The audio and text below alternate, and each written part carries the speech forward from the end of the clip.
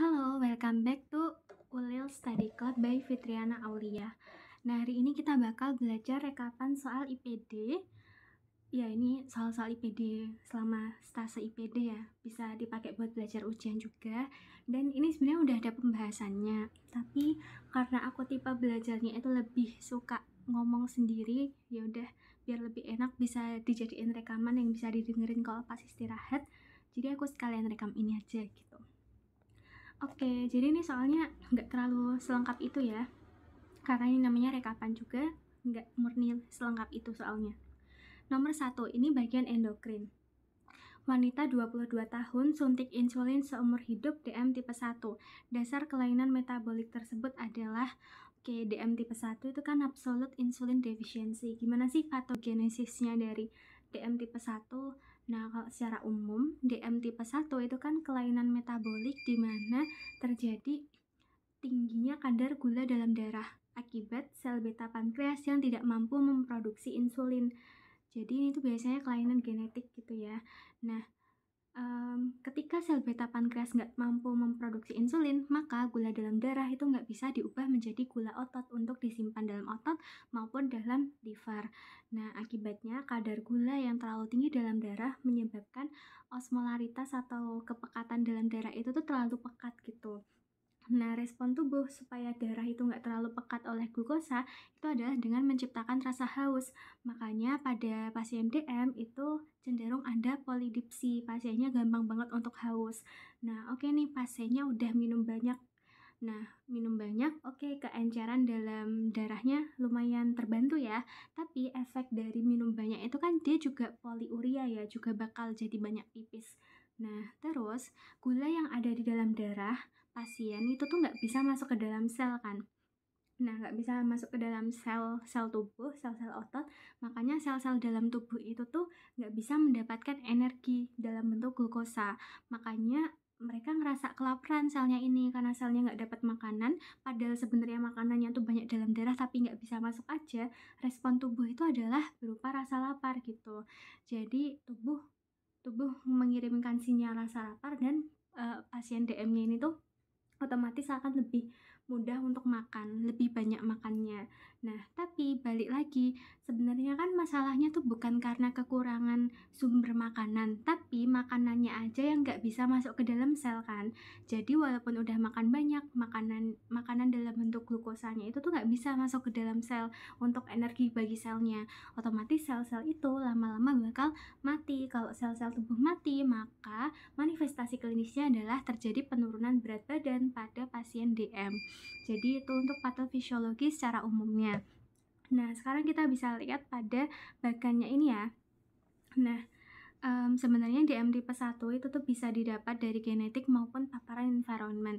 Kalau genetik susceptibility yaitu berkaitan dengan mutasi gen IDDM1 atau IDDM2, insulin gen atau HLA. Nah, itu menyebabkan failure of maturing T cell in the thymus to develop recognition in the insulin gen. Jadi thymusnya nggak bisa merekognisi atau nggak bisa mengenali gen insulin. Akhirnya karena dia nggak bisa mengenali sel tubuhnya sendiri dan dianggap sebagai zat asing, maka sel-sel thymus itu tuh malah menyerang si sel beta pankreas yang memproduksi insulin. Akhirnya sel beta pankreasnya itu mati dan nggak ada lagi insulin yang diproduksi karena udah rusak sel beta pankreasnya. Nah, kemudian mutations in the HLA gen can either facilitate or prevent T cell receptor binding to beta cell. Jadi kalau ada mutasi di gen HLA itu juga bisa menyebabkan reseptor tuh nggak bisa terikat pada sel beta. Kalau reseptor nggak bisa terikat pada sel beta ya signaling pathway-nya bakalan terganggu dan insulin nggak akan diproduksi seperti itu. Sementara paparan environment ini macam-macam ya, bisa dari diet atau dari paparan virus. Itu bisa menyebabkan antigen asing yang menyerupai sel beta antigen. Jadi ada molekular mimicry yang menyebabkan sistem imun itu malah mengattack keduanya gitu, mengattack si antigen yang menyerupai sel beta itu, tapi otomatis dia juga akan mengattack si sel betanya karena strukturnya itu mirip gitu.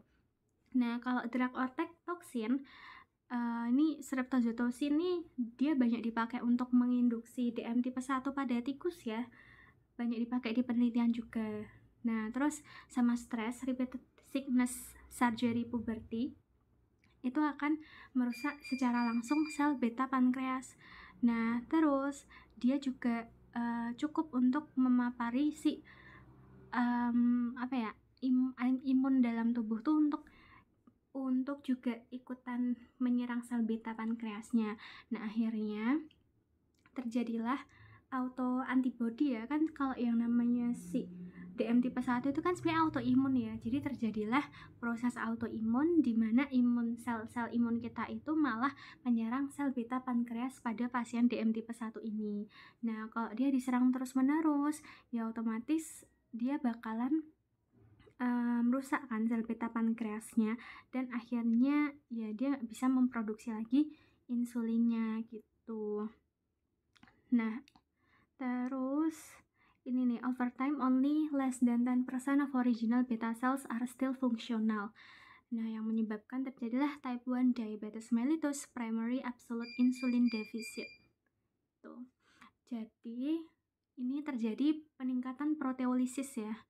Jawabannya, dasar patogenesisnya itu terjadi peningkatan proteolisis. Kenapa proteolisis? Yaitu tadi karena terjadi autoantibody, terjadi autoimun, sel-sel imun itu tuh malah menyerang sel beta pankreas. Nah, yang namanya pankreas itu kan merupakan protein ya, kan sel-sel tubuh, organ tubuh itu kan terbentuk dari kumpulan protein. Nah, sel beta pankreasnya diserang, otomatis terjadi peningkatan proteolisis.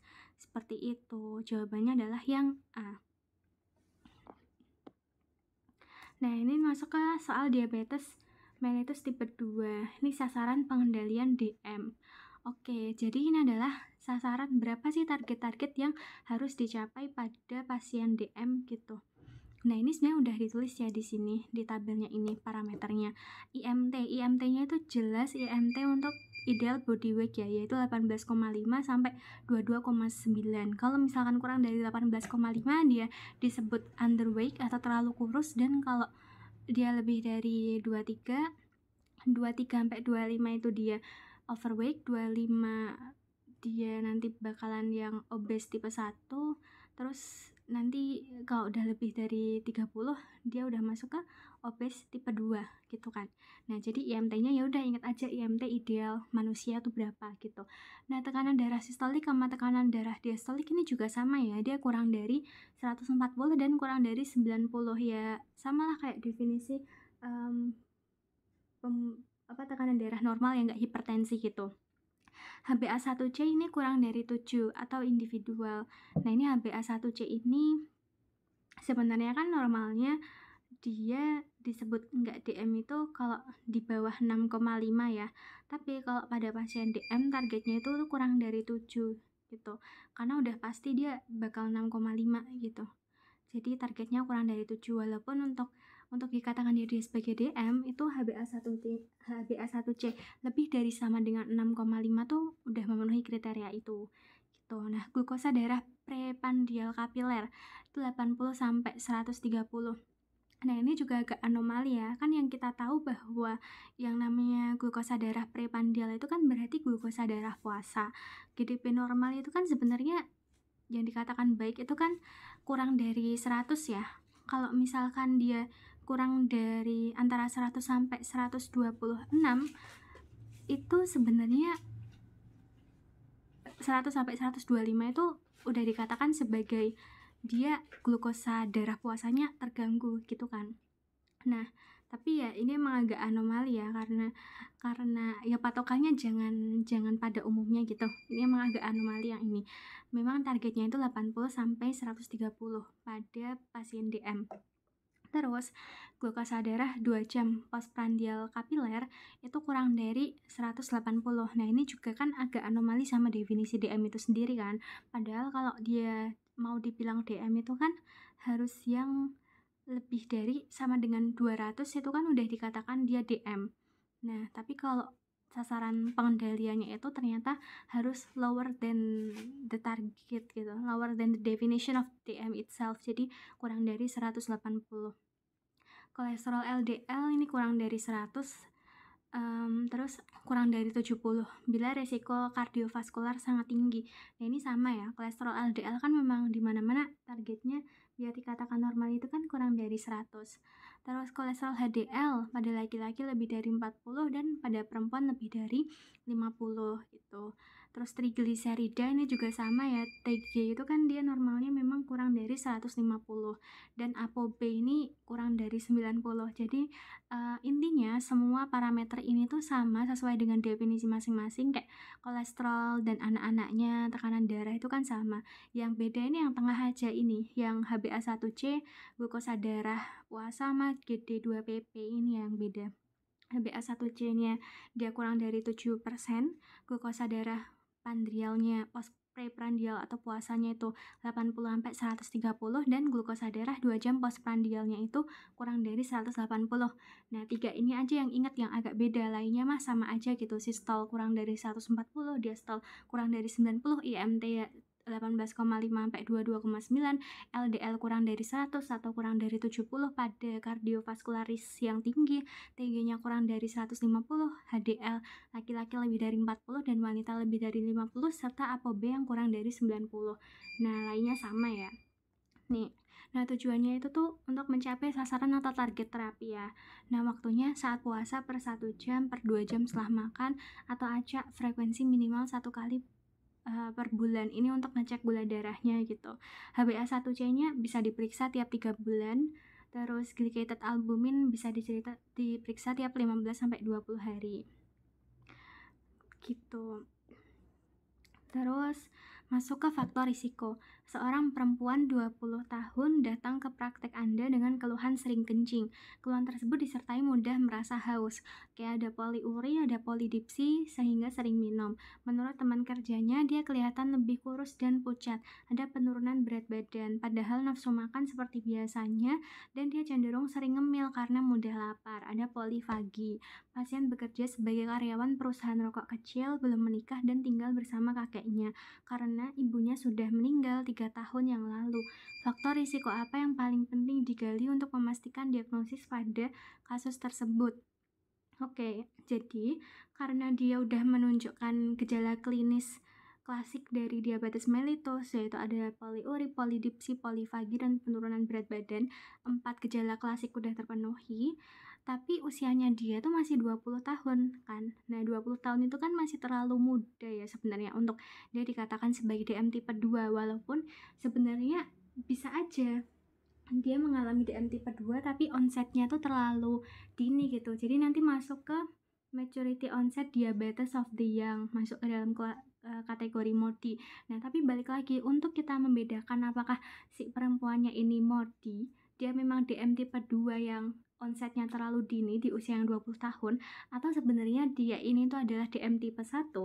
Nah, itu kan harus dilakukan pengecekan ya, terutama pengecekan genetik. Kita cek dia secara genetik gitu, faktor keturunan. Karena ingat tadi patogenesis dari DM tipe 1 itu kan either dia berasal dari genetik akibat mutasi gen HLA dan kawan-kawannya tadi, atau dia didapatkan dari paparan lingkungan itu tadi kan. Nah, jadi memang untuk ngecek faktor risikonya ini kita pilih yang faktor keturunan C gitu. Nah, terus untuk patofisiologi mengurusnya badan penderita disebabkan oleh ini sebenarnya ini apa yang terjadi pada masing-masing organ ketika terjadi diabetes ya. Kalau di skemanya ini sih pakai yang diabetes tipe 2. Ini gambarnya pecah ya. Tapi coba kita cermati. Kalau terkait dengan pengurusan itu kan berarti organ yang terpengaruh itu kan terkait dengan jaringan lemaknya dia ya, adipose tissue. Nah, adipose tissue ini di sini terjadi lipolisis ya. Meningkatnya lipolisis dari jaringan adiposa. Jadi sebenarnya tuh patogenesisnya tuh gini. Kan, kayak yang aku bilang tadi, pada pasien diabetes mellitus, gula yang ada dalam darah itu kan nggak bisa masuk ke sel-sel tubuh. Nah, jaringan lemak itu kan juga memerlukan makanan kan. Makanannya dia tuh jaringan lemak sih. Ya pokoknya dia tuh nggak bisa glukosa yang ada dalam darah tuh nggak bisa dipakai buat makanan bagi sel-sel tubuh gitu. Nah, otomatis sel-sel tubuh ini kelaparan kan. Nah, karena dia terjadi resistensi insulin kalau pada DM tipe 2, karena glukosa darah nggak bisa dipakai, otomatis terjadilah perombakan gula tapi gluconeogenesis tapi dari sumber lain selain glukosa gitu. Jadi lemak dirombak, terus protein juga ikut dirombak. Nah, otomatis kalau lemaknya ini dirombak, dia kan jadi lipolisis. Nanti bakal banyak free fatty acid yang ada dalam darah. Nah, itu salah satu mekanisme terjadi DM tipe 2. Dia bisa bikin lipolisis karena sel-sel tubuh nggak bisa makan glukosa yang ada dalam darah dan harus ada glukosa baru dari lemak yang dirombak untuk makan sel-sel tubuh.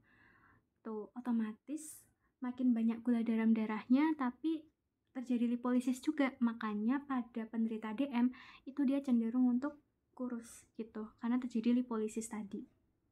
Jadi meningkatnya lipolisis dari jaringan adiposa.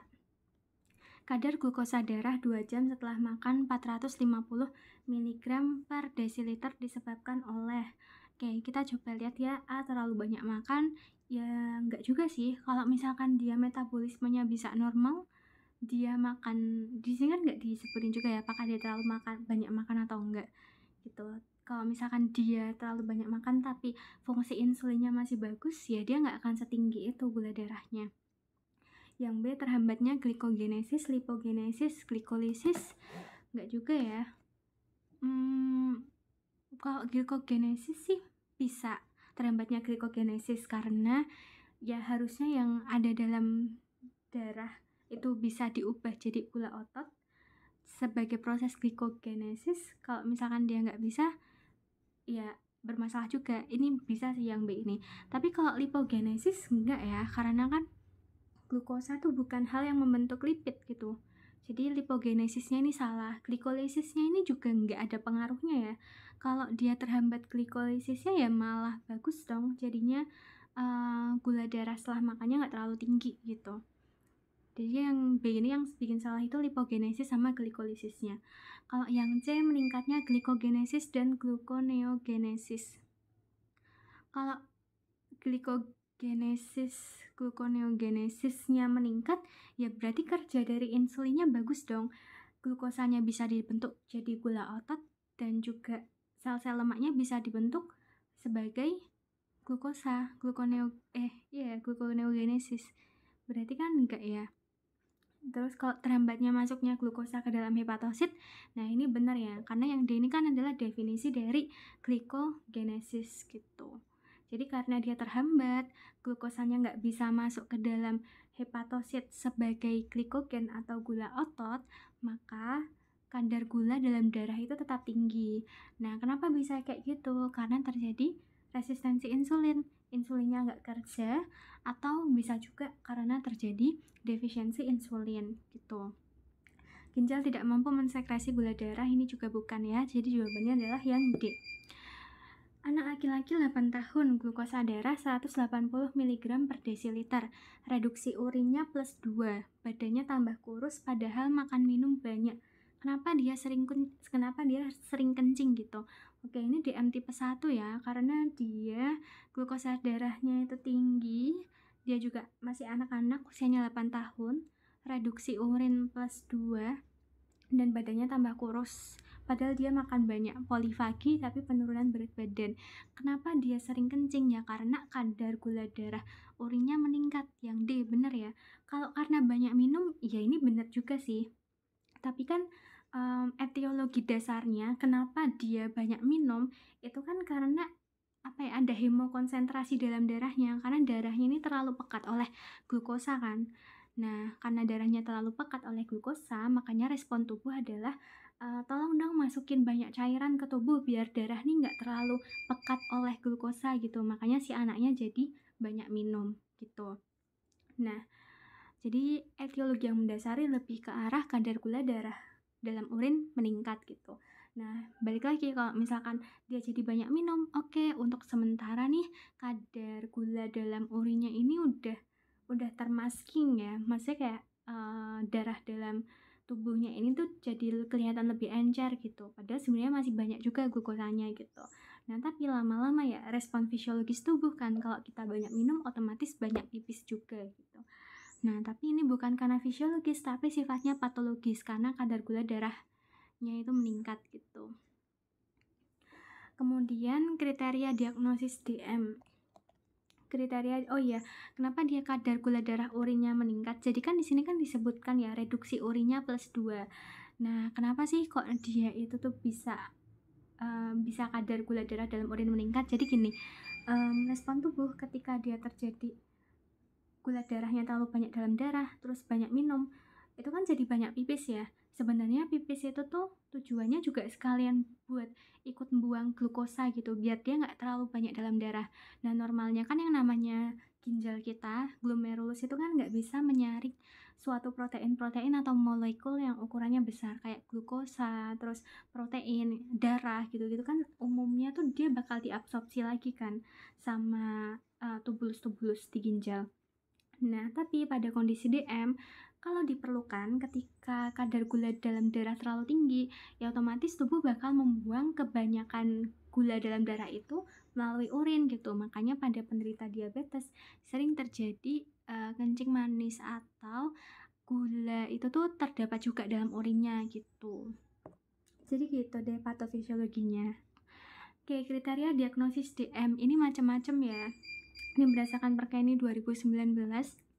Pertama, dia disebut DM kalau misalkan ada gejala klasik, 4 gejala klasik itu tadi, polifagi, poliuri, polidipsi, dan juga penurunan berat badan, ditambah pemeriksaan glukosa plasma puasanya itu tuh lebih dari sama dengan 126 mg per desiliter, di mana puasa itu adalah kondisi tidak ada asupan kalori minimal 8 jam. Atau 4 gejala klasik disertai dengan pemeriksaan glukosa plasma lebih dari sama dengan 200 mg per desiliter 2 jam setelah tes toleransi glukosa oral dengan beban glukosa 75 gram. Atau pemeriksaan glukosa plasma sewaktu lebih dari sama dengan 200 mg per desiliter dengan keluhan klasik poliuria, polidipsia, penurunan berat badan unintensional. Atau pemeriksaan HbA1c lebih dari sama dengan 6,5% dengan menggunakan metode yang terstandarisasi oleh National Glycohemoglobin Standardization Program. Jadi itu ya untuk definisi dari diabetes mellitus menurut Perkeni. Gitu. Oh ya, di sini yang menarik adalah tes toleransi glukosa oral itu. Jadi sebelum kondisi TTGO ini, pasien ini tuh ya makan kayak biasa gitu, minum juga kayak biasa. Nah, terus habis itu dia pas di klinik tuh dicek gula darahnya itu tuh berapa gitu, gula darah puasanya berapa. Terus kalau udah dia dikasih makan berupa glukosa ya 75 gram. Ini bisa dilarutkan dalam segelas air, kemudian disuruh dihabiskan dalam waktu 5 menit. Kalau udah, nanti dia nunggu di klinik di situ selama 2 jam. Dia nggak boleh melakukan aktivitas berat kayak olahraga, nggak boleh makan, gitu-gitu. Terus 2 jam kemudian dicek lagi. Berapa sih glukosa plasmanya dia setelah tes setelah paparan 75 gram glukosa itu gitu. Kalau dia lebih dari sama dengan 200 mg per desiliter, ya berarti dia bisa dikatakan sebagai DM. Dan itu juga harus disertai dengan 4 keluhan klasik DM ya, yang 4P. Oke. Kemudian pasien tanpa keluhan klinis diabetes diperiksa gula darah puasanya itu 129. Lalu diperiksa lagi gula darah puasa 126, GD2PP 139. Oke. Jadi GDP-nya dia itu tuh awalnya 129. Nah, 129 tadi kan kalau di Perkeni itu udah bisa masuk ya kriteria DM, tapi dia ini nggak ada keluhan klinis diabetes, dia nggak ada 4P, nggak ada polidipsi, poliuri, polifagi, dan penurunan berat badan. Tapi kok GDP-nya bisa lebih dari normal gitu, bisa lebih dari sama dengan 126 gitu. Nah, otomatis kan dia diperiksa lagi, ternyata GDP-nya dia masih sama ya, 126. Oke lah, masih bisa memenuhi kriteria gula darah puasa yang tinggi. Terus dia dicek gula darah 2 jam postprandial, ternyata 139 kan. Nah, padahal kalau GD2PP itu GD2PP itu kan tadi normalnya dia dikatakan DM kalau lebih dari sama dengan 200 ya, tapi ini masih 139, jadi masih normal, masih kurang dari 140. Jadi sebenarnya ini yang bermasalah itu adalah gula darah puasanya yang terganggu kalau menurutku ya. Jadi ini glukosa puasanya terganggu karena gula darah puasa itu kan normalnya dia sebenarnya kurang dari 100 ya, tapi ini udah 126, 100 sampai 125 itu kan udah masuk ke prediabetes sebenarnya. Nah, terus gula darah GD2PP-nya kalau masih kurang dari 140 itu masih oke gitu. Nah, ini kan GD2PP-nya dia 139 tapi GDP-nya dia 126 ya. Gitu. Terus habis itu GDP-nya dia kalau toleransi glukosa terganggu itu kalau GDP-nya kurang dari 100, jadi masih normal, gula darah puasanya normal, dan GD2BP-nya tuh rentangnya 140 sampai 199, itu dikatakan TGT. Tapi kalau di sini dia jawabnya DM tipe 2. DM tipe 2 ya. Menurutku ini agak rancu juga ya, karena dia masih di batas limitnya. Dia GDP-nya juga nggak bisa dibilang kalau glukosa puasa terganggu juga sih, karena itu tadi, karena GDP-nya ini udah masuk ke kriteria DM sebenarnya, walaupun GD2PP-nya itu tuh masih normal. Nah, tapi kita balik lagi, mungkin di sini jawabannya adalah DM tipe 2 karena dia definisinya ini tuh atau bukan dan gitu. Nih, atau ya. Pemeriksaan glukosa plasma puasa lebih dari sama dengan 126 mg per desiliter, atau pemeriksaan GD2PP lebih dari sama dengan 200. Jadi bisa tegak DM tipe 2 gitu. Tapi ini masih tanpa keluhan klinis diabetes juga ya. Agak membingungkan. Tapi ya mungkin karena dia tetap 126 tetap nggak berubah, ya udah gitu, jadi tetap masuk ke DM tipe 2. Oke, seorang pria 40 tahun mengeluh sering kesemutan pada kedua kaki 3 bulan terakhir ini. Ia juga mengeluh sering buang air kecil, haus sejak 6 bulan terakhir ini. Oke, ada kesemutan, berarti udah ada gejala neuropatinya ya, neuropati perifer. 3 bulan pula kesemutannya. Terus sering buang air kecil, ada poliuri, sering haus, ada polidipsi sejak 6 bulan terakhir. Berat badannya juga turun 10 kg. Untuk memastikan diagnosis, karena ini udah memenuhi 3 kriteria DM juga, dan kayak seolah-olah udah ada komplikasi dari DM-nya berupa neuropati perifer, dan umurnya bapaknya ini juga 40 tahun ya, dimana 40 tahun itu biasanya starting point of the people untuk memiliki DM gitu. Maka pemeriksaan pertama yang bisa kita lakukan adalah cek gula darah pada pasien gitu. Nah, gula darah yang mana? Sebenarnya bisa mana aja sih, bisa gula darah puasa, bisa gula darah sewaktu, atau bisa gula darah postprandial. Nah, kalau yang di sini ya untuk pilihan A, B, C, D, E-nya ini sebenarnya semuanya benar, karena merupakan pemeriksaan penunjang pada diabetes mellitus. Nah, tapi yang paling pertama kali dilakukan dan yang paling murah, yang paling easy itu pemeriksaan gula darah gitu. Jadi kita jawab yang B. HbA1c itu bisa sih dipakai untuk pemeriksaan, tapi dia mengukur kadar gula darah dalam 3 bulan terakhir ya. Sebenarnya tepat juga sih, tapi ya kalau ada yang pertama kali, ada yang lebih murah dan lebih mudah, dan di semua center ada, ya lebih dipilih yang gula darah puasa itu tadi ya. Nah, HbA1c tapi juga bisa sih dipakai buat monitoring terapi atau melihat 3 bulan terakhir ini sebenarnya kondisi gula darahnya itu gimana gitu. Urinalisis ini bisa juga dipakai untuk melihat ya nanti apakah ada glukosa pada urin pasien, terus untuk melihat apakah udah ada komplikasi dari diabetes mellitusnya pasien, terutama pada pasien DM yang udah lama gitu, yang udah lebih dari 5 tahun, itu bisa banget dicek urinalisis untuk mengetahui fungsi-fungsi ginjalnya juga gitu. Apakah ginjalnya ada kerusakan yang ditandai dengan adanya silinder patologis dan lain sebagainya. Kadar insulin darah bisa sih dicek ya, kadar insulin darah ngeceknya pakai apa ya?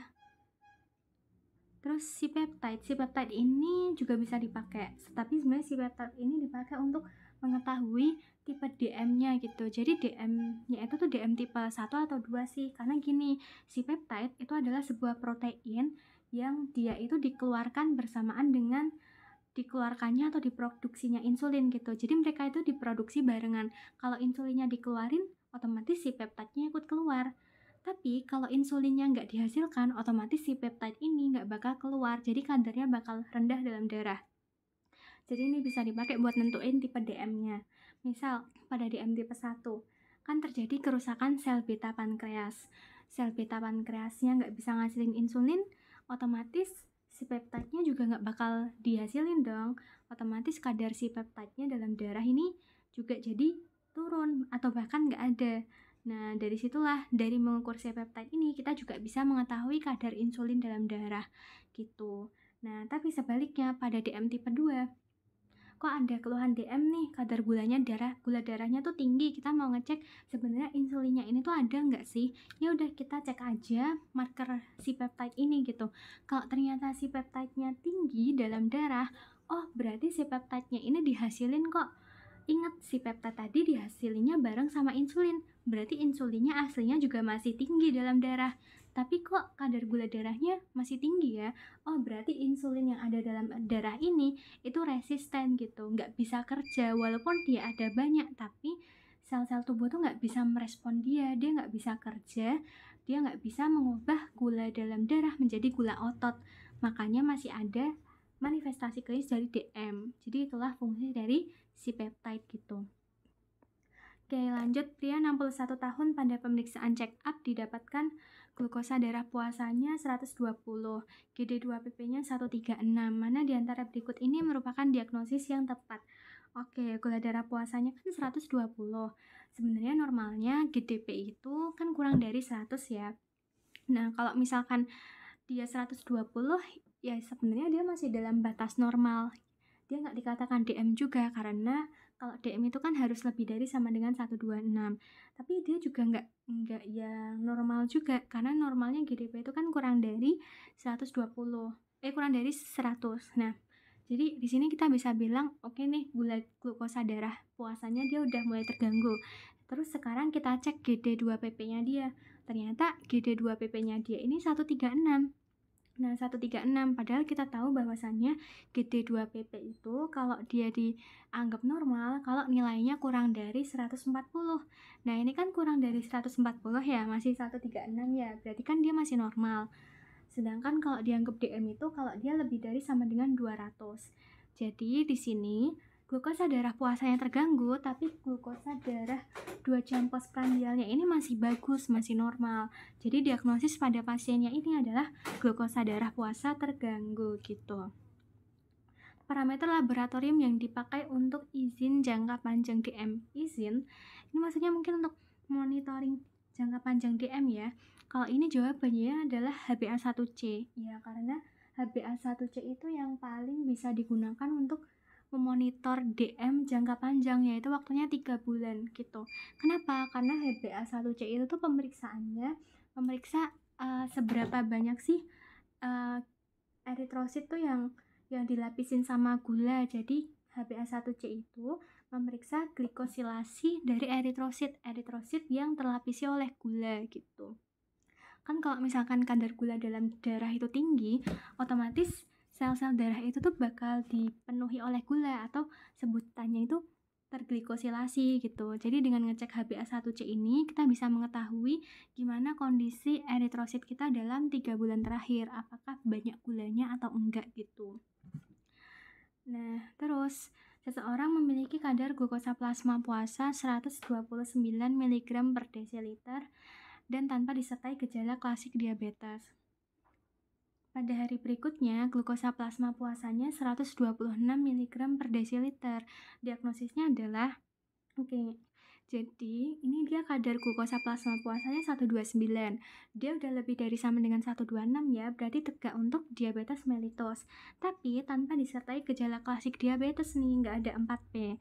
Pada hari berikutnya, glukosa plasmanya dicek lagi, ternyata masih 126. Kok dia konsisten ya 126 gitu.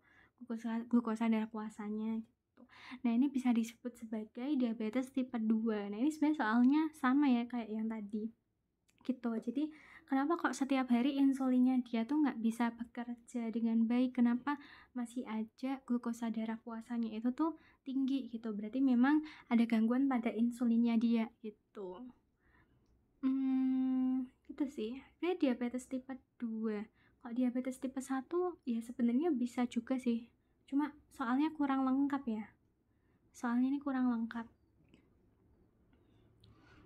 ya, jadi begitu. Nah, terus ya ini untuk gambaran aja sih kriteria untuk diabetes. Jadi dia fasting plasma glucose atau gula darah puasa dikatakan normal kalau kurang dari 100. Kalau impaired fasting glucose ini berarti glukosa darah puasanya udah tinggi tapi nggak sampai memenuhi kriteria diabetes, jadi dia 100 sampai 125. Dan kalau impaired glucose tolerance atau toleransi glukosa terganggu, ya otomatis glukosa darah puasanya tuh bakal normal, yaitu kurang dari 100, tapi yang terganggu glukosa darah 2 jam postprandialnya aja gitu, yang 140 sampai 199 gitu. Karena normalnya glukosa darah 2 jam postprandial itu kan yang ini ya, yang kurang dari 140. Kalau dia udah lebih dari sama dengan 200 nih, berarti dia dikatakan sebagai DM gitu. Nah, tata laksana pasien yang baru pertama kali terdiagnosis DM. Nah, otomatis semua pasien yang baru pertama kali terdiagnosis DM tuh jangan kita kasih obat dulu. Kita suruh dia untuk mengubah lifestyle-nya. Yang tadinya suka makan makanan manis, suka tepung-tepungan, suka goreng-gorengan, kita suruh untuk mengurangi atau bahkan kalau bisa jangan mengonsumsi sama sekali gitu. Nah, nanti kita monitoring lagi tuh evaluasi 3 bulan kemudian gitu, apakah masih bagus ataukah dia nggak berubah. Kalau misalkan nggak berubah, baru kita kasih monoterapi. Biasanya kalau di vaskes primer yang ada itu kan cuma golongan biguanide atau metformin sama golongan sulfanyl urea atau yang gli gitu ya, yang glimepiride gitu-gitu. Nah, kita kasih metformin nih misalnya, kita kasih metformin, kalau misalkan membaik, oke, dia cocok nih obatnya sama metformin. Tapi kalau 3 bulan kemudian setelah kita ngasih terapi metformin, kita evaluasi lagi, ternyata gula darahnya masih tinggi, masih jelek, nah kita bisa pertimbangkan untuk memberikan kombinasi 2 obat gitu. Misal kasih metformin sama sulfonyl urea gitu. Nah, nanti kita cek lagi dalam 3 bulan kemudian masih bagus nggak. Kalau tetap jelek selama 3 bulan ini, ya kita bisa kasih kombinasi 3 obat. Kalau udah benar-benar jelek, dievaluasi lagi jelek, ya kita bisa pertimbangkan untuk kasih terapi insulin suntik gitu. Nah, terus setelah 3 bulan, ternyata pasien tersebut diperiksa lagi dengan gula darah sewaktunya 216 dan GDP-nya 160. Tata laksana awalnya apa? Oke, GDS-nya dia udah tinggi ya, karena glukosa darah sewaktu itu kan batasnya ya dia dikatakan DM kalau lebih dari sama dengan 200. Nah, dia ini udah 216 nih, berarti nggak ada perubahan kan dengan lifestyle. Kemudian gula darah puasanya ini dia juga tinggi ya, 160. Dia udah memenuhi kriteria DM juga gitu, karena kriteria DM itu kan dia lebih dari sama dengan 126. Jadi karena udah di lifestyle dia nggak membaik, tata laksana awalnya kita kasih dia golongan biguanide atau metformin gitu. Nah, terus setelah 3 bulan dievaluasi lagi, ternyata masih nggak membaik lagi nih, glukosa darah puasanya masih 141. Padahal normalnya dia kurang dari 100 kan. Dia udah memenuhi kriteria DM nih, GDP-nya udah lebih dari sama dengan 126. Terus GD2PP-nya masih jelek nih, masih 211. normalnya kan ya GD2PP itu kurang dari 140 ya. Nah ini masih lebih dari sama dengan 200. Udah bener masih DM aja nih, padahal udah dikasih metformin. Berarti terapinya apa gitu. Nah terapinya kita bisa kasih dia dengan kombinasi 2 obat ya. Kalau misalkan soal ini adalah lanjutan soal sebelumnya ini tadi ya gitu. Jadi kita bisa tambahin nih, tadi udah dikasih metformin masih nggak membaik, kita bisa pertimbangkan untuk ngasih dia kombinasi terapi dengan obat DM tapi golongan lain gitu selain biguanide, misal sulfonylurea gitu. Terus target terapi DM itu ya ini tadi ya yang perlu diapalin. IMT dia sama kayak IMT normal, yaitu 18,5 sampai 22,9. Tekanan darah sistol kurang dari 140, diastol kurang dari 90, HbA1c ini kurang dari 7%, glukosa darah preprandial atau glukosa darah puasa antara 80 sampai 130, terus glukosa darah 2 jam postprandial kurang dari 180. Kolesterol LDL dia kurang dari 100 atau kurang dari 70 bila risiko kardiovaskular sangat tinggi. Terus TG kurang dari 150, HDL laki-laki lebih dari 40, perempuan lebih dari 50, dan ApoB kurang dari 90. Pada pengelolaan diabetes mellitus dikatakan kadar gula darah puasa terkontrol baik menurut Perkeni. Kalau dia itu tadi ya sebenarnya glukosa darah puasa terkontrol dengan baik itu kan nggak kurang dari 100 ya, kurang dari 100. Jadi kita cari nih opsi pilihan yang dia kurang dari 100.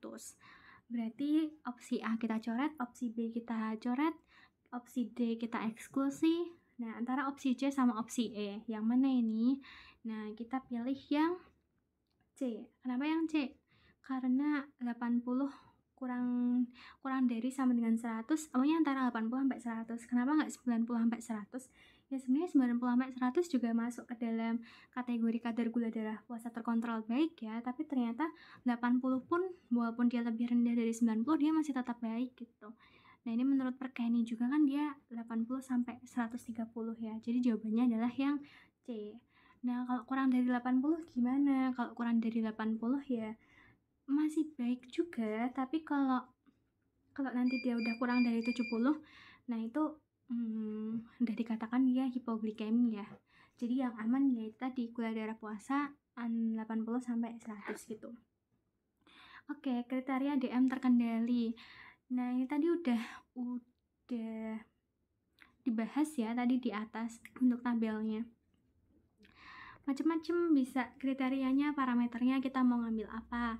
Misal kita mau ngambil dia IMT. Oke, sambil ngapalin bareng-bareng ya, diulang-ulang lagi. IMT yang normal adalah 18,5 sampai 22,9. Kalau kita mau lihat tekanan darah sistol berarti kurang dari 140. Tekanan darah diastol berarti kurang dari 90. Kita mau lihat dari HbA1c-nya, dia kurang dari 7%. Lihat gula darah preprandial atau GDP-nya, berarti dia antara 80 sampai 130. Kita lihat GD2PP-nya itu kurang dari 180. Kita lihat dari profil lipidnya. Untuk si profil lipid itu ada apa aja ya? Misalkan LDL-nya, berarti dia kurang dari 100 atau kurang dari 70 kalau misalkan pada yang resiko kardiovaskularnya tinggi. Terus kita lihat TG-nya, TG kurang dari 150. Kita lihat HDL-nya, HDL itu kalau cowok harus lebih dari 40, cewek lebih dari 50. Dan kita lihat ApoB-nya, ApoB itu kurang dari 90 kayak gitu. Oke. Terus kriteria gula darah terkendali. Kalau gula darah terkendali ya itu tadi ya, gula darah puasa terkendali kalau dia kurang dari 100 atau 80 sampai 100. Terus gula darah 2 jam postprandial terkendali itu berarti kalau dia kurang dari 140. Gula darah sewaktu terkendali kalau dia kurang dari 200 gitu. Memantau gula jangka panjang dengan menggunakan HbA1c. Gitu. Ini apa ya? Ini soalnya lupa ya. Mungkin terlalu panjang. Tapi ini jawabannya insulin RI setiap kali sebelum makan dan NPH sebelum tidur. Mungkin ini terkait dengan insulin short acting sama yang long acting gitu ya. Nanti kalau misalkan yang short acting ya kita pakai yang pokoknya injeksi insulin, kalau insulinnya itu sifatnya short acting, kita injeksinya itu ketika kita mau makan besar. Nah, tapi kalau yang long acting insulin kita injeksinya ketika kita mau tidur gitu. Karena kan tidur itu kan kita dalam posisi nggak sadar ya. Jadi butuh waktunya lebih lama daripada sekedar makan gitu. Jadi butuh yang kerjanya tuh lebih lambat nggak apa-apa kalau pas mau tidur, tapi kalau pas mau makan kan, makan itu kan bisa menaikkan gula darah dengan sangat tinggi ya, kalau dengan sangat tinggi dan sangat cepat kalau pada orang DM. Makanya kita harus kasih insulin yang kerjanya tuh juga cepat gitu, jadi yang short acting gitu. Nah, terus pria 81 tahun ditemukan keluarganya dalam keadaan disorientasi dan kebingungan. Pemeriksaan di ruang emergensi menunjukkan adanya hipoglikemia. Pria ini tidak demam, pemeriksaan fisik dalam batas normal. Dilakukan bolus dextrosa dan pasien segera membaik. Gula darahnya menjadi 122 mg per desiliter. Dan pemeriksaan neurologisnya kembali normal. Obat manakah yang paling sering menimbulkan gejala-gejala tersebut?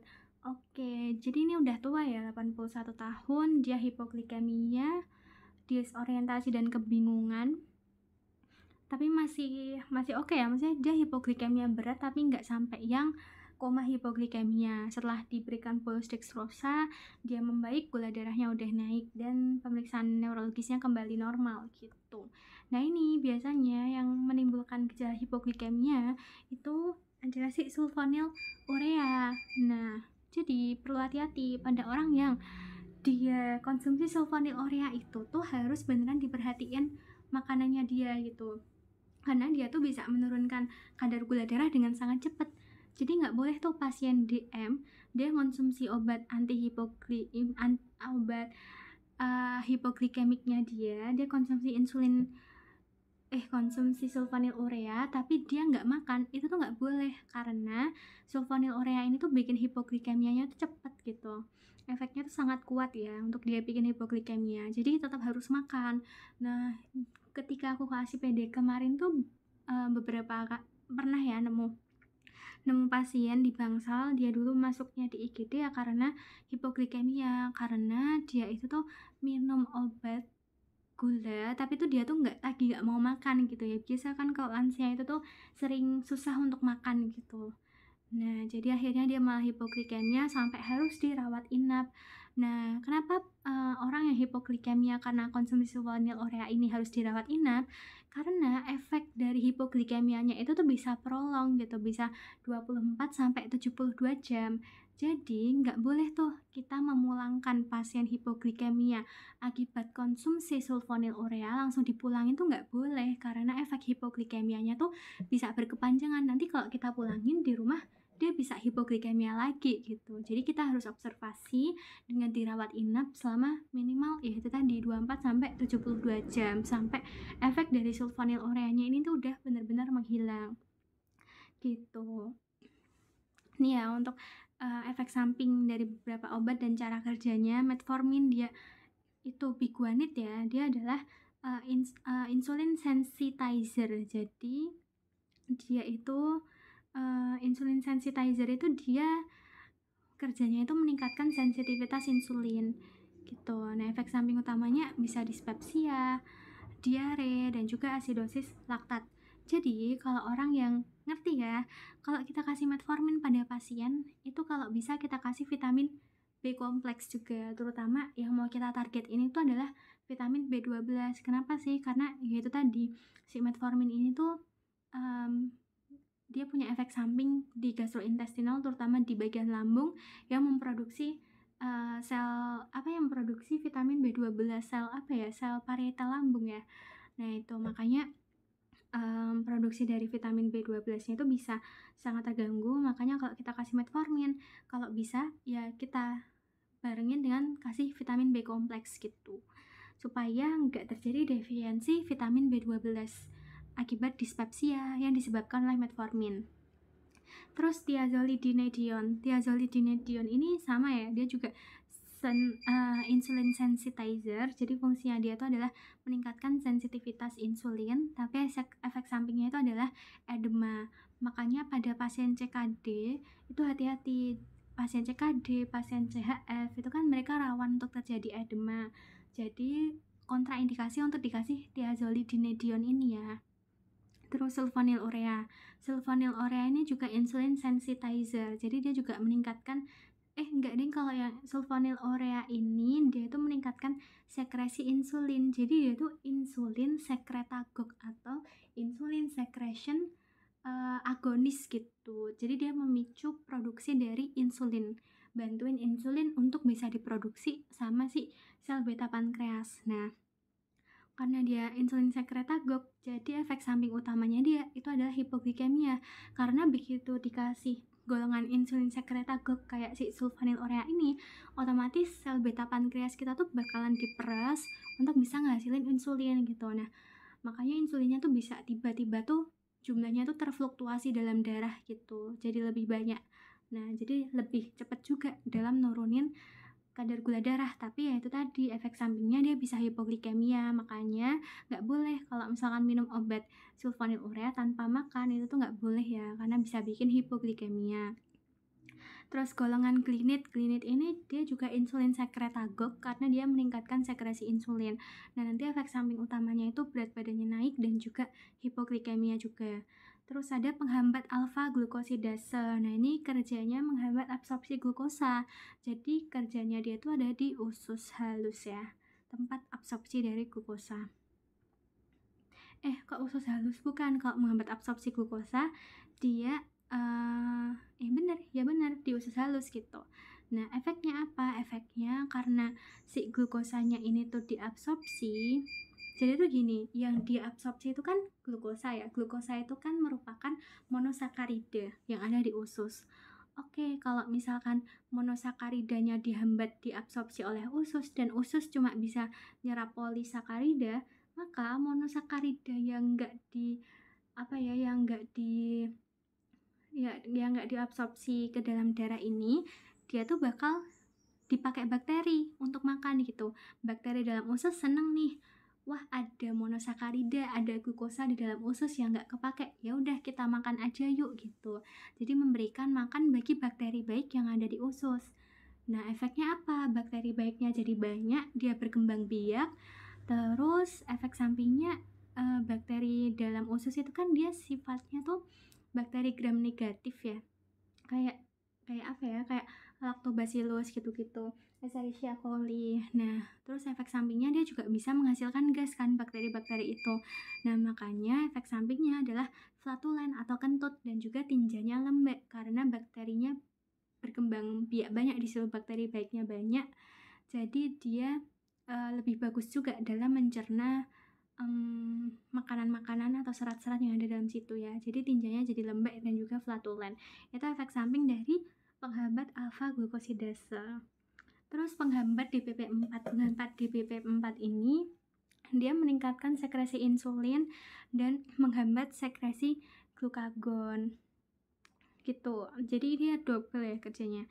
Dia bisa ningkatin sekresi insulin atau insulin secretagogue, tapi dia juga bisa menghambat sekresi glukagon. Jadi biar glukagonnya tuh nggak banyak dalam darah gitu. Karena kan glukagon ini kan antagonisnya insulin ya, yang kerjanya itu untuk merombak gula otot menjadi gula darah gitu kan. Jadi dia dihambat gitu.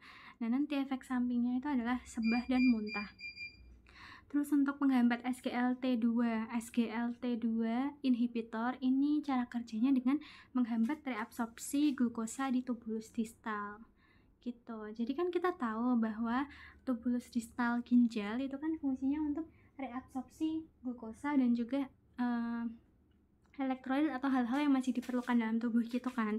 Nah, tapi kalau kita kasih penghambat SGLT2 ini, itu dia nggak bakalan mereabsorpsi glukosa gitu di tubulus distal. Jadi glukosanya bakal dibuang bersama dengan urin. Jadi nanti urinnya itu bakal mengandung glukosa. Nah, efek sampingnya apa? Kalau urinnya banyak glukosa, padahal glukosa itu kan tadi dia sangat disukai oleh bakteri ya. Glukosa itu kan sumber makanan juga bagi makhluk hidup lain termasuk bakteri. Bakterinya jadi suka tuh, padahal yang namanya urin itu kan harusnya steril ya. Kalau di situ ada bakteri dikit aja, dia dikasih makan berupa glukosa ya, otomatis dia meningkatkan resiko terjadinya infeksi saluran kemih dan genital. Nah, itu untuk cara kerja obat dan juga masing-masing efek sampingnya. Ketika evaluasi pasien dalam 3 bulan didapatkan data gula darah puasanya 146 dan 2 jam postprandialnya 211. Maka selanjutnya yang Anda sarankan, oke, GDP-nya dia 146 ya. Dia sudah memenuhi kriteria diabetes ya, lebih dari sama dengan 126. Gula darah 2 jam postprandialnya juga lebih dari sama dengan 200. Berarti ini udah bisa ditegakkan sebagai diabetes mellitus gitu. Nah, apalagi dia datangnya evaluasi pasien dalam 3 bulan gitu. Jadi kita asumsikan bahwa 3 bulan sebelumnya nih pasien tuh udah periksa juga dan udah didiagnosis diabetes, tapi sesuai dengan guideline tata laksana pertamanya kan kita modifikasi dulu gaya hidupnya. Ternyata setelah dimodifikasi gaya hidupnya, gula darahnya tetap tidak membaik. Makanya kita kasih dia metformin gitu. Nah, terus usaha pencegahan diabetes yang paling baik adalah dengan diet dan aktivitas jasmani teratur. Nah, terus prinsip CRIBE, Fit and CRIBE, pelatihan jasmani. Fit itu frekuensi, jumlah olahraga per minggu sebaiknya dilakukan secara teratur 3-5 kali per minggu. Intensitasnya ringan dan sedang, 60-70% maksimum heart rate. Dengan maksimum heart rate itu rumusnya kalau nggak salah ya 200 dikurangin umur kita saat ini gitu. Time-nya 30-60 menit. Type-nya adalah latihan jasmani endurance atau aerobik untuk meningkatkan kemampuan kardiorespi. Bisa jalan kaki, jogging, berenang, dan bersepeda. Terus CRIBE itu continuous. Latihan yang dilakukan terus-menerus berkelanjutan selama 50-60 menit tanpa berhenti. Ritmikal, latihan dilakukan secara berirama dan teratur, tidak asal-asalan. Interval, latihan yang dilakukan sebaiknya dilaksanakan secara berselang-seling, kadang cepat, tetapi kadang juga lambat, tetapi tanpa berhenti. Misalnya jalan cepat, kadang berlari, kemudian jalan cepat lagi. Progresif, latihan dilakukan secara bertahap dengan beban latihan ditingkatkan secara perlahan-lahan. Dan juga endurance, latihan ketahanan untuk meningkatkan kesegaran jantung dan pembuluh darah penderita. Exercise 2,5 km ke 25 km disebut progresif ya. Ingat ya, progresif itu kan dia bertahap. Jadi boleh meningkatkan meningkatkan intensitas maupun jarak atau endurance tapi bertahap. Nah, itu kan namanya progresif gitu. Terus wanita 66 tahun, gemuk, sering mengeluh buang air kecil, sering haus dan lapar. Sejak 6 bulan yang lalu, hasil labnya GDP-nya dia tuh 155, GD2-PP-nya 206, tidak ada riwayat DM sebelumnya. Mana di antara berikut ini merupakan penata laksanaan pertama pada pasien? Oke, karena dia itu kan mengeluhkan gejala klasik DM ya, ada mengeluh buang air, poliuri, sering haus, polidipsi, dan sering lapar, polifagi. Dan dia wanita usianya udah 66 tahun dan dia gemuk, jadi lebih prone lagi untuk mengalami DM. Sejak 6 bulan lalu nih, hasilnya labnya dia tuh GDP-nya itu udah memenuhi kriteria DM, lebih dari sama dengan 126, GD2-PP-nya udah lebih dari sama dengan 200. Sebelumnya dia nggak ada riwayat DM, berarti kan dia belum pernah periksa sebelumnya ya, baru kali ini dia didiagnosis DM-nya. Nah, karena dia baru pertama kali didiagnosis DM saat ini, maka anjuran yang pertama kali kita lakukan tetap ngikut guideline, yaitu dengan tata laksana dulu nih non-farmakologis berupa diet dan exercise. Nah, nanti 3-6 bulan kemudian kita cek lagi, kita evaluasi apakah dengan tata laksana perubahan gaya hidup itu dia gula darahnya bisa terkontrol atau tidak gitu. Kalau masih tidak terkontrol, barulah kita bisa kasih dia monoterapi kayak gitu. Jadi pertama kita edukasi dulu untuk lifestyle changing ya, kita ubah dulu lifestyle-nya dia gitu. Apa aja sih yang dilakukan ketika kita itu ngasih edukasi berupa lifestyle changing gitu? Yang pertama kita kita penyuluhan dulu, kayak apa sih DM itu, terus apa sih faktor risiko DM, terus apa sih hal-hal yang bisa memicu terjadinya DM, gimana sih gejalanya DM, terus habis itu apa aja sih komplikasinya DM itu gitu. Yang kedua kita edukasi tentang dietnya, apa yang boleh dia makan dan apa yang sebaiknya dia hindari. Kemudian kita kasih advice dia tentang aktivitas fisik yang bisa dia terapkan berdasarkan fit dan crab ini gitu. Terus habis itu ya udah gitu. Nanti kita bilang dengan lifestyle ini kalau masih nggak membaik 3 bulan lagi datang ya Bu, nanti kita cek lagi kadar gula darahnya, kalau masih nggak membaik baru kita kasih terapi obat gitu. Nah habis itu baru kita lanjut ke ya itu tadi kasih obat, terus kita edukasi tentang gimana sih caranya untuk mengonsumsi obat-obatan DM ini, tapi tetap harus dibarengin dengan perubahan gaya hidup kayak gitu deh. Terus oral hipoglikemik, ya oral hipoglikemik O-nya apa ya, pokoknya obat hipoglikemik oral gitu. Nah obat hipoglikemik oral, jadi obat-obatan diet, obat-obatan DM itu disebut sebagai OHO atau obat hipoglikemik oral. Nah ini untuk cara kerjanya ya, sebenarnya tadi udah dijelasin juga ya di atas mekanisme kerjanya itu gimana, tapi nggak apa-apa, ini biar lebih ingat lagi kita review ulang. Oke, jadi hiperglikemia itu kan penyebabnya macam-macam ya. Semua organ tuh bisa kena hiperglikemia, kena efek dari hiperglikemia ini. Kita mulai dari yang nomor 1. Nomor 1, sel beta pankreas. Terjadi penurunan sekresi insulin. Obat apa yang bisa membantu meningkatkan sekresi insulin ini? Berarti kan golongan-golongan sekretagog ya, insulin sekretagog atau insulin secretion agonis gitu. Misalnya apa? Misalnya kayak sulfonylurea, glinit, DPP-4 inhibitor, dan juga GLP-1 agonis gitu. Nah, terus yang kedua nih, organ yang kedua kena itu adalah sel alfa pankreas. Nah, kalau sel beta fungsinya mensekresi insulin, sel alfa ini mensekresi lawannya insulin yaitu glukagon. Nah, ini yang bisa melawan si sel alfa ini yaitu DPP-4 inhibitor. Karena ingat, DPP-4 inhibitor sama GLP-1 agonis tadi, selain dia berfungsi sebagai insulin sekretagog, ternyata dia juga bisa menghambat terproduksinya si glukagon dari sel alfa pankreas gitu. Nah, terus yang ketiga, organ ketiga itu ada sel lemak. Nah, sel lemak ini kan dia organ ketiga 4 5 ini bareng ya, sel lemak, terus otot sama hepar. Sel lemak dia bakal meningkatkan lipolisis. DM itu meningkatkan lipolisis karena ya itu tadi, kayak sel tubuh mengira bahwa dia nggak bisa dapat makanan, dikiranya dia nggak punya makanan, nggak punya gula, padahal sebenarnya gulanya banyak dalam darah, cuma nggak bisa masuk aja ke dalam sel kan. Makanya karena dia ngira dia nggak dapat makanan, ya udah dia berusaha membentuk makanan baru dengan cara lipolisis, biar free fatty acid atau asam lemak bebasnya itu bisa dipakai sebagai proses gluconeogenesis.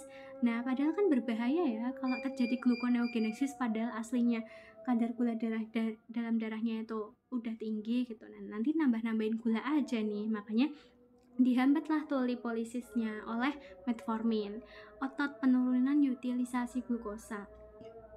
Nah, kalau ototnya nanti nggak pakai banyak glukosa, berarti glukosanya tuh bisa dirombak, glukosa ototnya bisa dirombak. Nah, untuk mencegah itu kita kasih metformin yang fungsinya itu adalah insulin sensitizer, jadi dia meningkatkan kerja insulin gitu kan. Peningkatan produksi glukosa oleh hepar nih juga bisa dihambat oleh metformin gitu, dengan cara meningkatkan fungsi dari insulin atau resistensi, meningkatkan sensitivitas insulin gitu. Organ keenam adalah otak. Otak ini nanti bisa bromokriptin sama GLP-1 agonis. Bromokriptin ini obat-obatan yang juga dipakai di psikiatri ya. Dia bisa dipakai buat macam-macam sih. Bisa buat tata laksana pertama kalau menghadapi intoksikasi dari, bukan intoksikasi sih, gejala withdrawal dari agen stimulan itu bisa juga ya. Bromokriptin ini obat yang juga banyak nih kerjanya. GLP-1 agonis. Oh ya, thiazolidinediol ini kerjanya di hepar ya.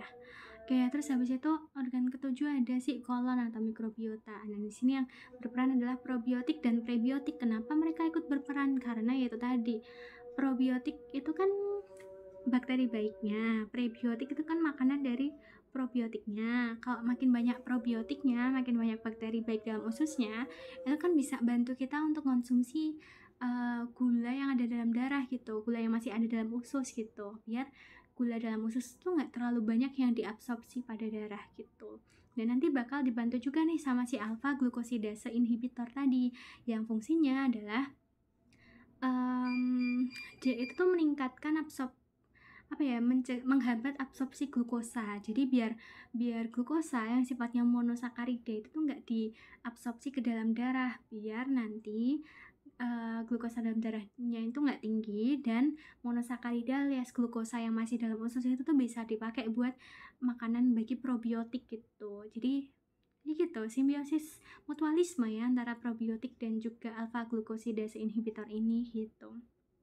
Di ginjal kita bisa juga nih pakai SGLT2 inhibitor, karena SGLT2 inhibitor ini dia fungsinya adalah untuk menghambat absorpsi glukosa pada tubulus distal. Nah, kan kita tahu di tubulus distal itu kan tempat reabsorpsi berbagai zat-zat yang masih bisa dipakai oleh tubuh. Salah satunya adalah glukosa. Nah, kalau dia penyerapannya dihambat oleh SGLT2 inhibitor ini, maka glukosanya nggak bakal balik lagi deh ke darah, dia bakal ikut dibuang bersama urin. Nah, tapi efek sampingnya itu tadi, glukosa itu kan makanan yang bagus ya untuk bakteri, jadi nanti dia meningkatkan resiko terjadinya ISK gitu. Yang ke-10 di lambung ya, dia mempercepat pengosongan. Dan juga yang ke-11 di sistem imun. Karena ya tadi, sistem imunnya kan juga ikut terpengaruh ya. Salah satunya kalau dia di DM tipe 1, dia kan juga autoimun. Jadi ikut-ikutan terpengaruh gitu.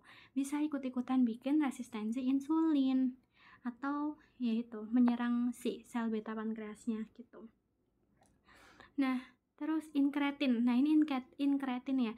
Inkretin ini dia itu bisa dibantu sama GLP-1 ya. GLP-1 ini tuh bisa menghasilkan inkretin, diinaktivasi oleh enzim DPP4. Inkretin ini kan fungsinya itu untuk hormon yang fungsinya itu untuk merangsang rasa lapar gitu. Jadi kalau ada inkretin, bawaannya tuh lapar terus. Dia ada di mana sih? Ya macam-macam sih. Dia ada di usus, ada juga di lambung gitu ya. Jadi dia karena hormon, jadi dia tuh bisa kerja di semua organ gitu kan. Nah gitu. Nah, inkretin ini dia diinaktivasi oleh enzim DPP4. DPP4 itu dipeptidil peptidase 4 atau apa gitu. Pokoknya dia diinaktivasinya oleh enzim DPP4.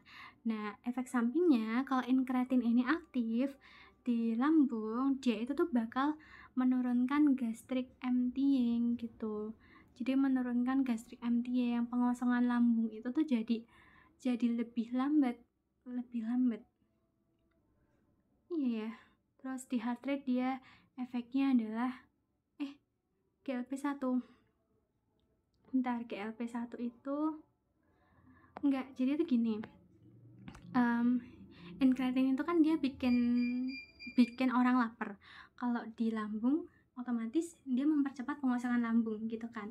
Nah, kalau pengosongan lambungnya cepat, kita kan gampang lapar, gampang juga makan. Padahal pada pasien DM itu kan nggak boleh banyak-banyak makan ya, karena ya itu tadi nanti asupan glukosanya terlalu banyak gitu.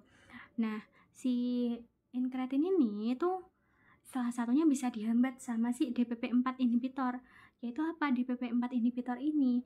Salah satunya adalah GLP-1. DPP bisa dua sih, DPP4 inhibitor bisa sama GLP-1. Nah, kalau GLP-1 ini dia itu tuh incretin hormone with multiple direct effect on human physiology. Ya, dia tuh DPP4 inhibitor itu ya dia efek sampingnya tuh antagonis dari GLP-1. Supaya ya itu tadi sih, supaya pengosongan lambungnya tuh nggak terlalu cepat gitu. Jadi diturunin kecepatan pengosongan lambungnya biar penderita DM-nya tuh nggak banyak makan gitu intinya. Indikasi pemberian obat hipoglikemik oral. Pertama, kalau gula darahnya nggak terkontrol dengan diet dan olahraga, terus dia DM usia lebih dari 40 tahun, menderita DM-nya udah lebih dari 5 tahun, belum pernah ketoasidosis diabetik, belum pernah suntik insulin, perlu insulin, dan DM2 dengan berat normal atau lebih. Bila pengobatan non-farmakologis dengan modifikasi gaya hidup sehat dalam 3 bulan, namun hasil HbA1c-nya tidak mencapai target kurang dari 7%, barulah dia perlu obat hipoglikemik oral gitu. Nah ini, jadi indikasi obat antidiabetik oral adalah Gula darah tidak terkendali dengan diet dan latihan jasmani alias lifestyle modification. Seorang wanita 66 tahun riwayat diabetes sejak 15 tahun lalu, tidak rutin berobat. Hasil pemeriksaan lab menunjukkan GDP 175, GDS lebih dari 200, ureumnya 89, kreatinin 2,2, urinnya protein urea 3, plus mana di antara pilihan berikut yang merupakan penata laksanaan hiperglikemia paling tepat pada pasien tersebut. Oke, jadi gini, dia kan udah diabetes 15 tahun yang lalu. 15 tahun lalu terdiagnosis DM, tidak rutin berobat, berarti kan otomatis kontrol hipoglikemiknya dia tuh bakal sangat buruk gitu. Nah, ini bisa memicu efek samping atau komplikasi dari DM yang lebih parah, komplikasi makro dan mikrovaskular gitu. Nah, terus dia jadi udah resiko tinggi untuk mengalami berbagai organ failure ya sebenarnya wanita ini gitu. Terus hasil pemeriksaan labnya dia itu gula darah puasanya udah lebih dari sama dengan 126, GDS-nya juga udah lebih dari 200, ureumnya di 89. Ini ureum 89 ini tinggi banget ya. Dia bisa dia menunjukkan bahwa fungsi ginjalnya udah jelek nih. Kenapa kok bisa nunjukin fungsi ginjalnya udah jelek? Karena pertama, ureumnya dia tinggi. Ureum itu kan harusnya dia dibuang bersama urin ya, tapi ginjalnya dia nggak bisa menyaring ureum.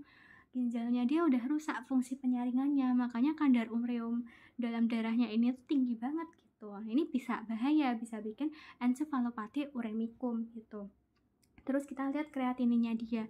Kreatinin itu dikatakan tinggi kalau nilainya udah lebih dari 1,2 mg per desiliter. Nah, ini udah tinggi nih, kreatininnya dia udah 2,2 gitu.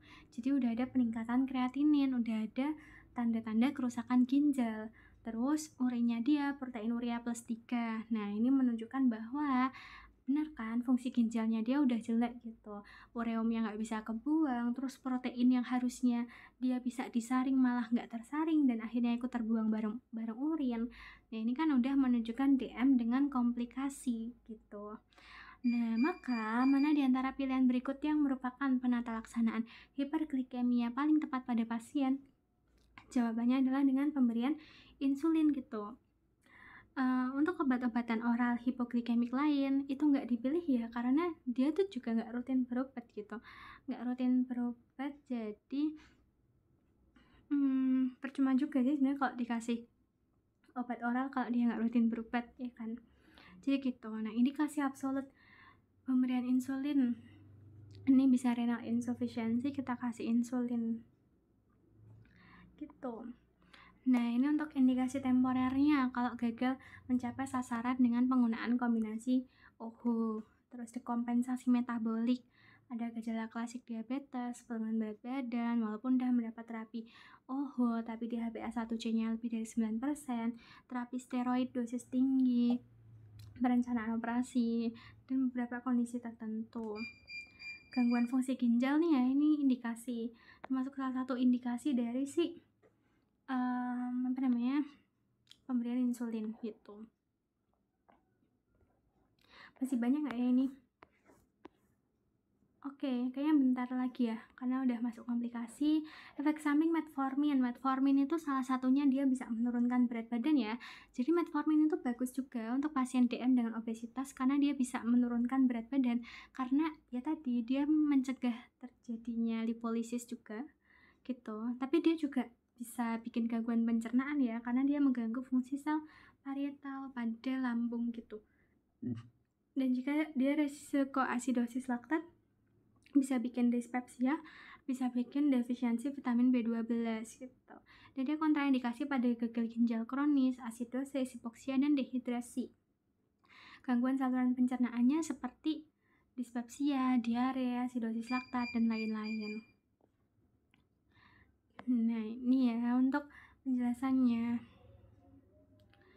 yang tadi di atas sih gitu. Ini untuk efek samping masing-masing obat ya.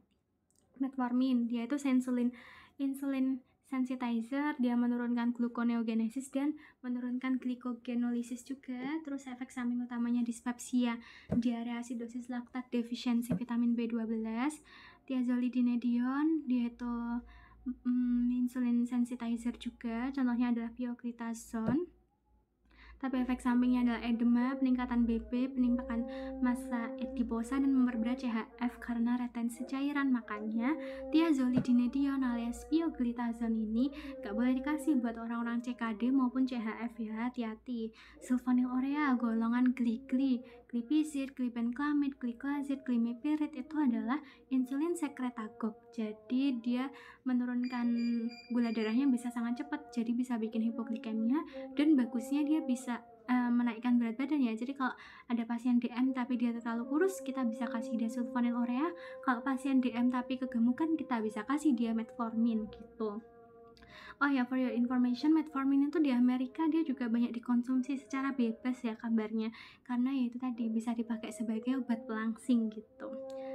Nah, terus glinit ini juga insulin sekretagog. Contohnya adalah repaglinit. Nah, teglinit dia bisa meningkatkan berat badan dan juga bikin hipoglikemia juga, tapi tidak separah sulfonylurea. Terus ada alpha glukosidase inhibitor yang fungsinya adalah menurunkan absorpsi glukosa di usus.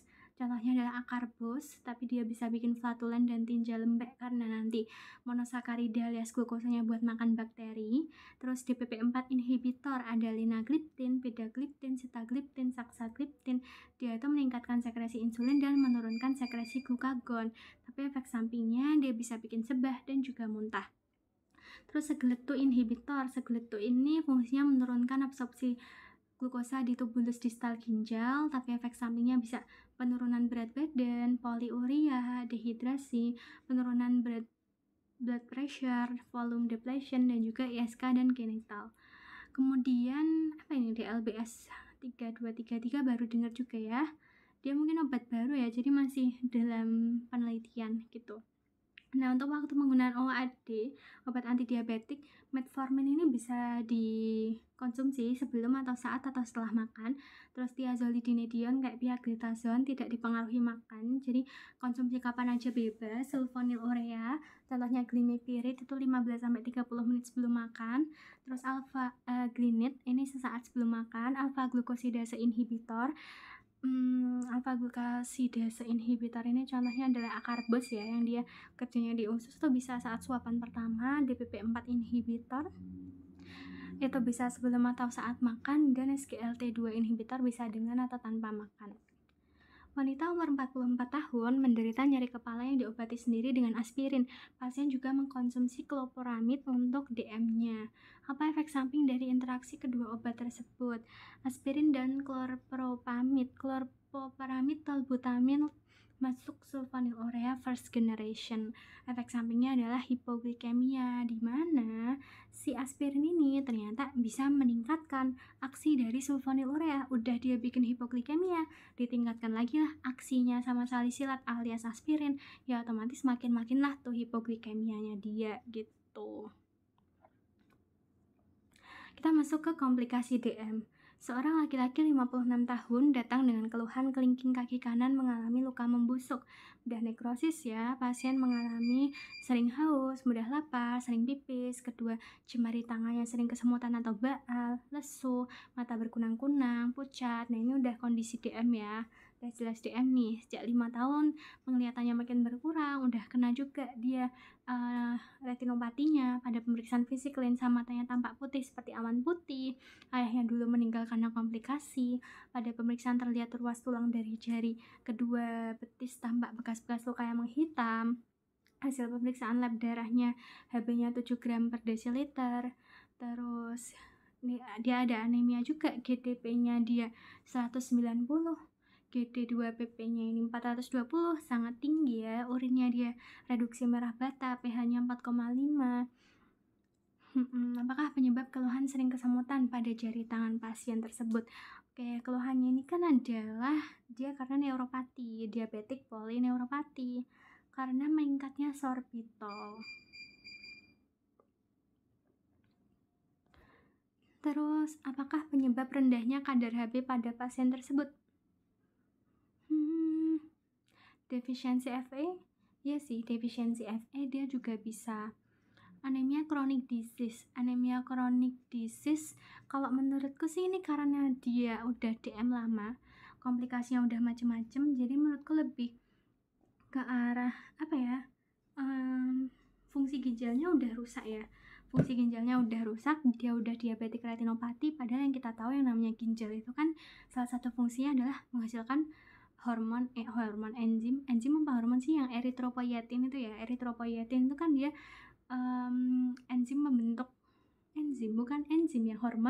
hormon pembentuk sel darah merah kan, eritropoietin. Kalau eritropoietinnya nggak bisa dihasilkan karena ginjalnya udah rusak, ya otomatis dia bisa bikin anemia dong. Nah, jadi menurutku kalau defisiensi Fe, iron and or erythropoietin deficiency are the major causes of anemia in diabetes. Itu kan benar, dia karena defisiensi erythropoietin. And diabetic kidney disease plays a key role. Tuh. Nah, tapi berarti kita harus tahu nih EPO ini tuh fungsinya buat apa sih EPO ini?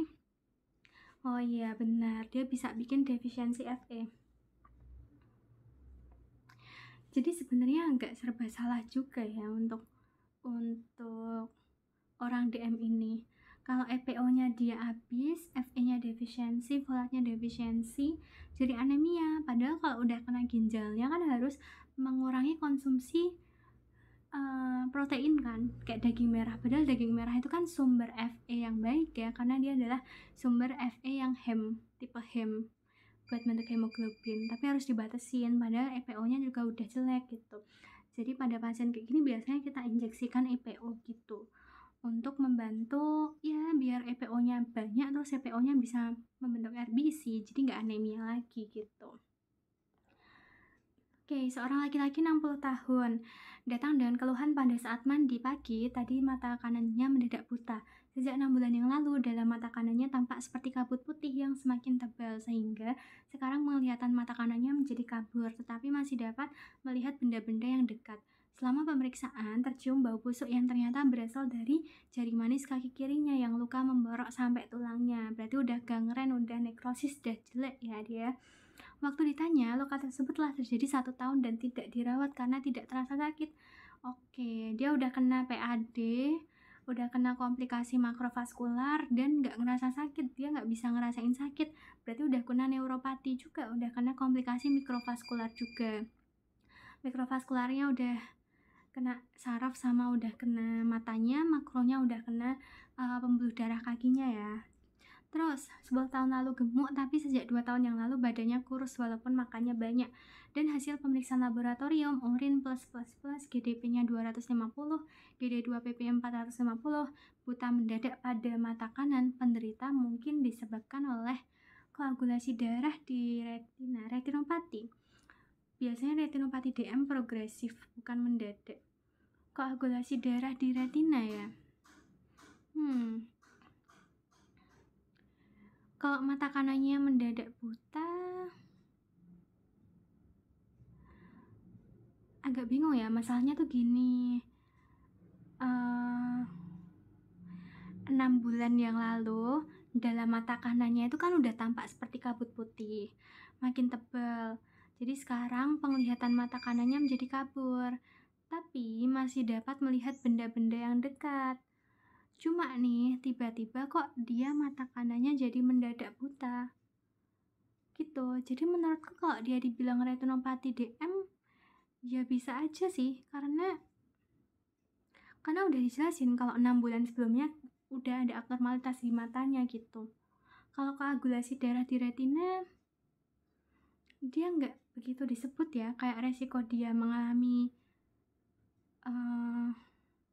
pembuluh darah yang pecah itu kan biasanya lebih ke arah hipertensi ya kalau menurut aku.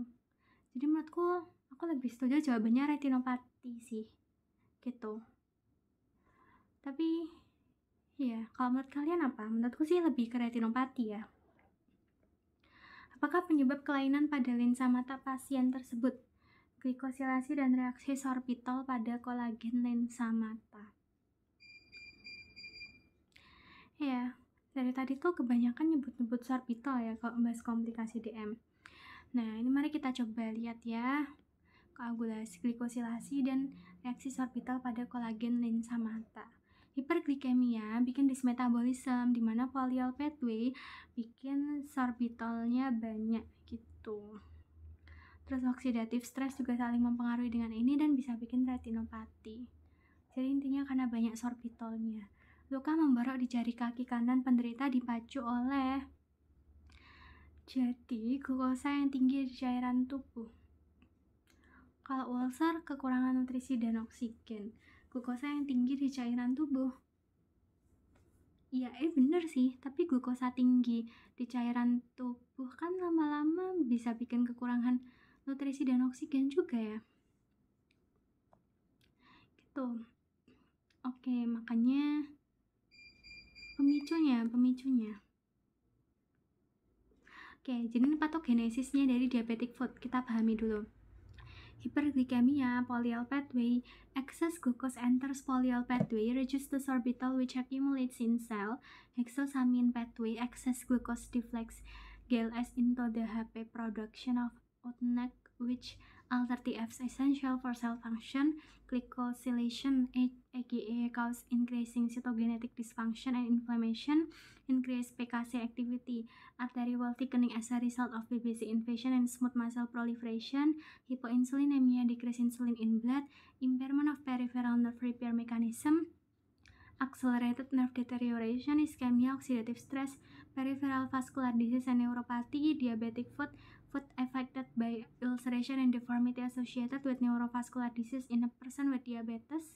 Adverse outcome-nya bisa bikin ulcer formation, infection, and collapse of arc can ultimately lead to deformity and in many cases amputation of foot and limb.